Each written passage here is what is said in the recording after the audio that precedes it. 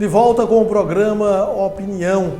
Hoje, aqui ao meu lado, o padre Janailton Alves, ele que é da Igreja Nossa Senhora de Fátima, e o pastor Alexandre Moraes, que é da Igreja Verbo da Vida.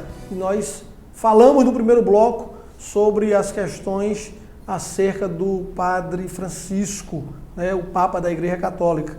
E agora a gente vai trazer um outro assunto também de muita relevância. Aconteceu na cidade de Maceió e acho que foi destaque na imprensa e vale a pena a gente ver que a Igreja Batista de Maceió excluiu uma das igrejas da Convenção Nacional porque estava recebendo, entre eles, homossexuais. Vamos entender mais ou menos como é que foi.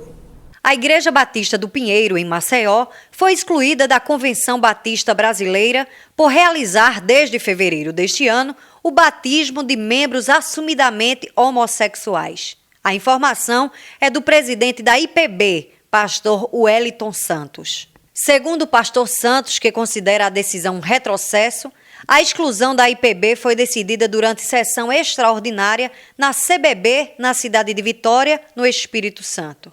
Ele afirma que a desfiliação não vai mudar o funcionamento da igreja ou tratamento aos fiéis.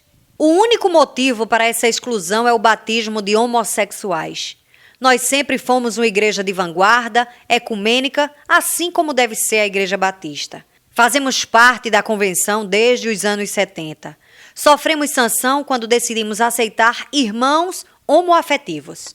O processo todo de exclusão levou impressionantes 90 dias, quando normalmente seria feito em pelo menos 10 anos, afirmou Santos. O batismo de homossexuais passou a ser praticado pela IPB após uma assembleia extraordinária realizada em fevereiro e contou com a maioria dos votos dos membros. A partir daí, a igreja e seus líderes passaram a receber críticas e ameaças, inclusive de outros líderes religiosos por telefone e pelas redes sociais. Uma das críticas à IPB veio da própria CBB no dia 30 de março, por meio de uma declaração oficial assinada por seu presidente, Vanderlei Batista Marins, e o diretor executivo da instituição, Sócrates Oliveira de Souza.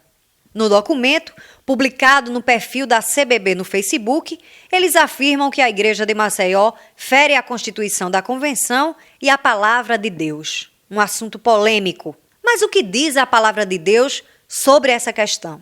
Realmente é um assunto muito polêmico, desgastante, que eu acho que não vale a pena a gente entrar aqui no tema propriamente do assunto, mas, padre Janailton e pastor Alexandre, é uma questão para se ver com muito carinho, né? Porque eu pergunto o seguinte, e a pergunta serve para os dois: se de repente um casal homossexual, seja ele masculino ou feminino, chegasse hoje em suas igrejas, quisesse participar da missa ou do culto, como seria a receptividade de vocês a esse casal, padre?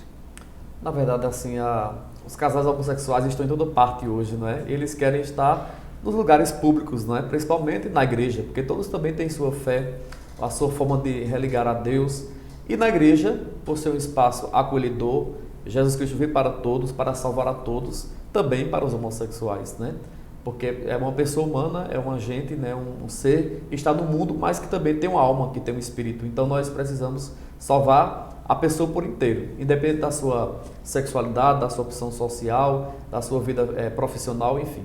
Então, os homossexuais são bem acolhidos, né, como todo ser humano, como todo santo e pecador. Na nossa igreja tem de tudo, né? Santos e pecadores. É a igreja povo de Deus. Então, os homossexuais são acolhidos, são evangelizados também, como qualquer ser vivente. E se existe pecado, então precisa também, na conversão, no processo da caminhada, acontecer a evangelização mais evidente.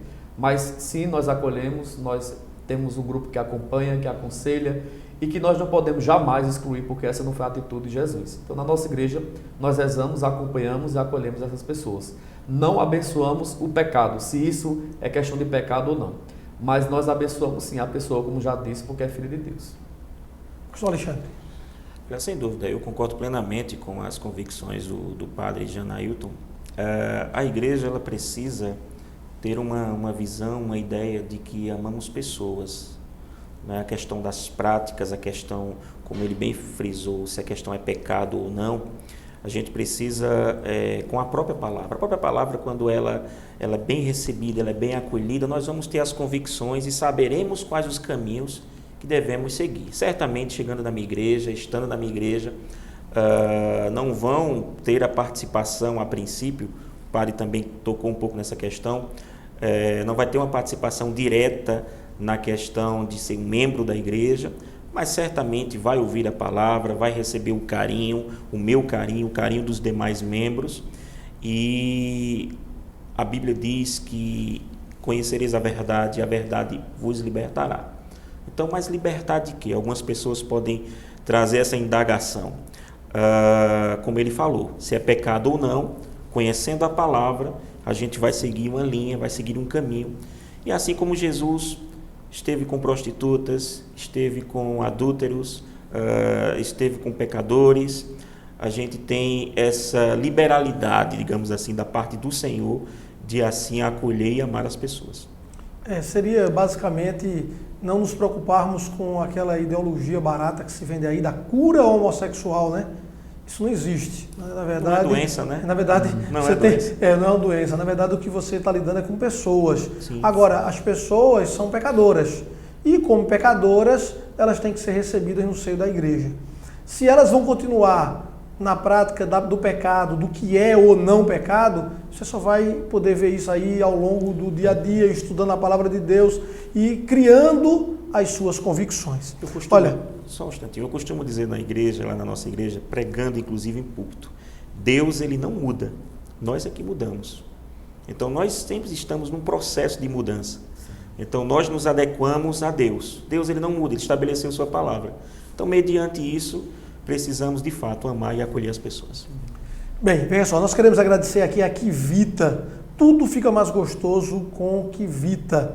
G-Print Digital, impressão inteligente com rapidez e economia. E a PRN Extintores, manutenção em extintores e projetos anti-incêndio. Nós queremos agradecer a presença do padre Janailton, também do pastor Alexandre. Queremos deixar um presente com vocês, um livro Anjos, Mensageiros de Deus ou do Diabo, um livro nosso, né, que trata de um romance.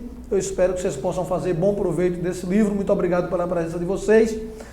A gente vai agora falar de esportes, porque está chegando o Ayrton Souza e a gente vai para a pauta do jogo.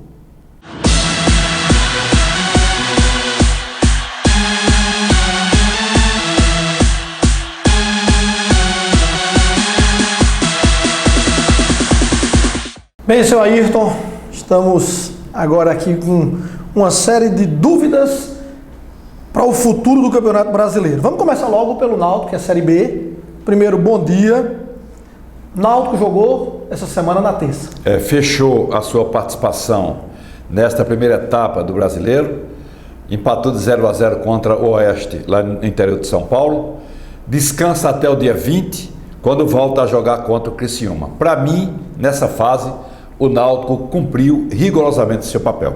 Foi bom, né? O Náutico... Bom, cresceu, oscilou no início da competição, mas depois o técnico Galo conseguiu condicionar o time e a esta altura eu diria que foi aproveitamento de 80% a participação do Timbu.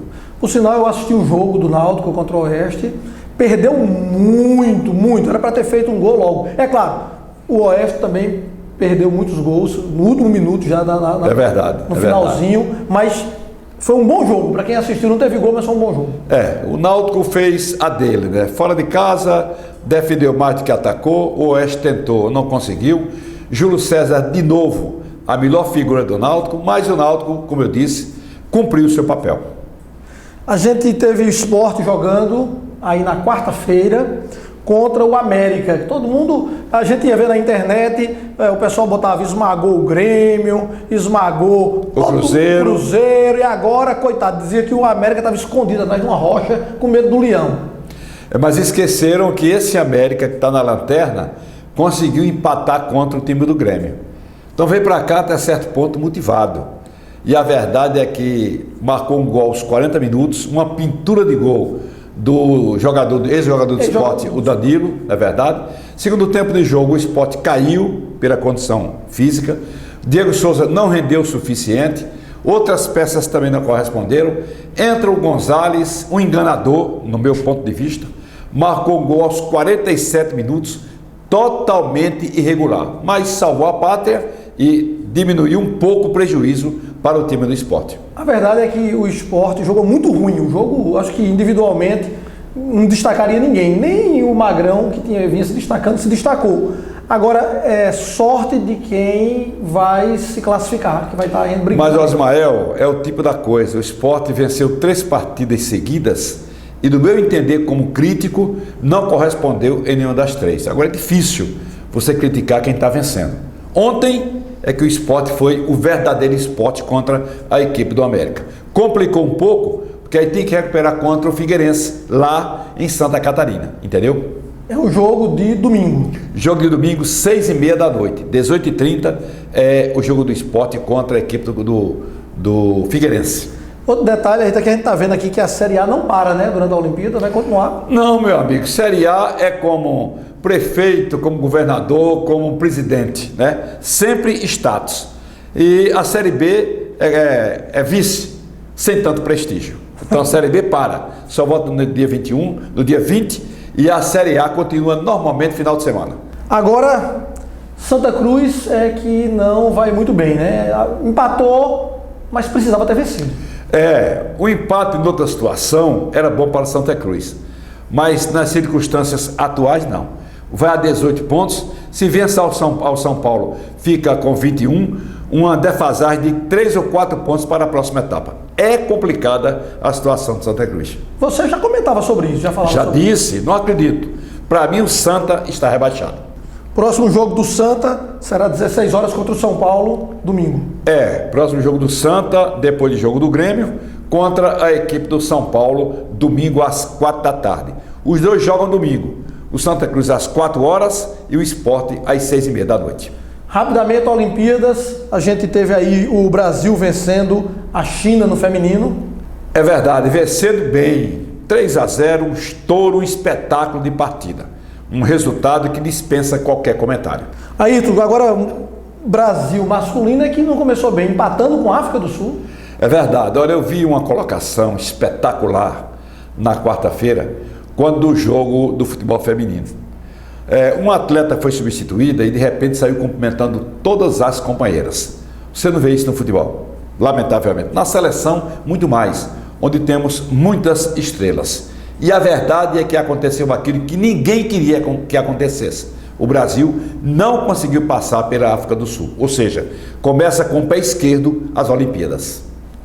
Ok, um abraço, você que está curtindo aí o Opinião. A gente volta a falar de esportes e com os nossos convidados na próxima semana. Até mais!